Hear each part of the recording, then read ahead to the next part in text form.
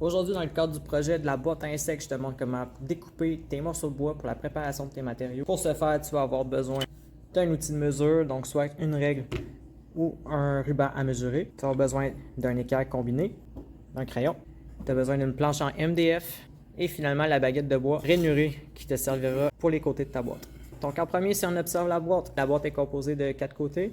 4 côtés avec des morceaux qui sont rainurés, donc il y a une rainure qui est déjà sciée dans ton morceau de bois. Ça te sert à glisser le morceau de plexiglas qui te sert de couvercle. Il y a un morceau sans rainure ici, c'est par là que tu vas glisser ton morceau de plexiglas.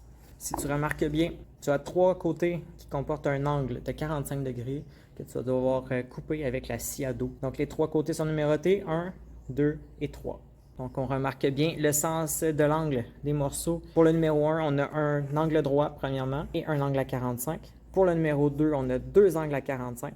Et le numéro 3, on a un angle à 45 et un angle à 90. Ce que tu dois faire, premièrement, tu dois prendre ta planche de MDF et mesurer le sens de la longueur et de la largeur de ta planche. Donc, tu prends ton outil à mesurer.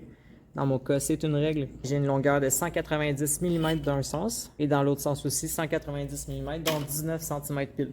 Je vais commencer avec morceau numéro 1 ici. Donc, morceau à 90 et un angle à 45. Mon morceau de bois ici a déjà un angle qui est à 90 d'un sens. Donc là, il faut vraiment que tu t'assures que ta rainure est bien placée. On va commencer par venir se prendre une mesure de 190 mm. Et avec un crayon, je viens me faire un trait à 190 mm. Maintenant, j'utilise mon équerre combiné. Mon équerre combiné est pratique puisque je peux faire des angles à 45 degrés puis des angles droits. Donc là, présentement, je vais utiliser mon angle droit. Je viens buter la partie qui est plus épaisse de mon équerre combiné contre mon morceau de bois. Puis je me mets vis-à-vis ma trace de crayon que j'ai faite tantôt. Et je viens tracer un trait de crayon droit, comme ça ici.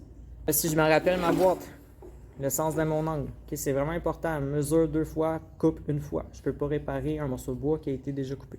Donc là, ma rainure est ici. Je regarde le sens de mon angle, comment il s'en vient. Je vais m'assurer que je suis dans le bon sens. Donc là, mon angle, va falloir qu'il s'en aille comme ça. Je peux reprendre mon équerre combiné. Je vais me mettre vis-à-vis ma trace de crayon que j'ai faite tantôt et je trace mon angle à 45. Donc ça maintenant ici, c'est ma ligne de coupe. Et c'est bien important quand tu vas faire ta coupe, il faut que tu puisses voir ta ligne tout le long de ta coupe. Puisque ta lame, elle a une épaisseur. Une épaisseur d'environ 0,5 mm, 1 mm. Donc, c'est sûr que ça va fausser ta mesure si tu coupes sur ta ligne, puisque le trait de ta coupe va venir empiéter sur ta bonne partie de pièce. C'est pour ça que quand tu fais ta coupe, c'est important de toujours pouvoir voir ta ligne, puisque tu sais que ta ligne est à la bonne mesure. Une fois que toutes tes coupes sont faites, donc ton morceau 1, 2, 3, que tes angles sont dans le bon sens, tu vas être rendu à la prochaine étape qui est de faire un assemblage avec des clous et un marteau. Et pour cette partie, je te laisse suivre les indications de l'enseignant ou du TTP en classe.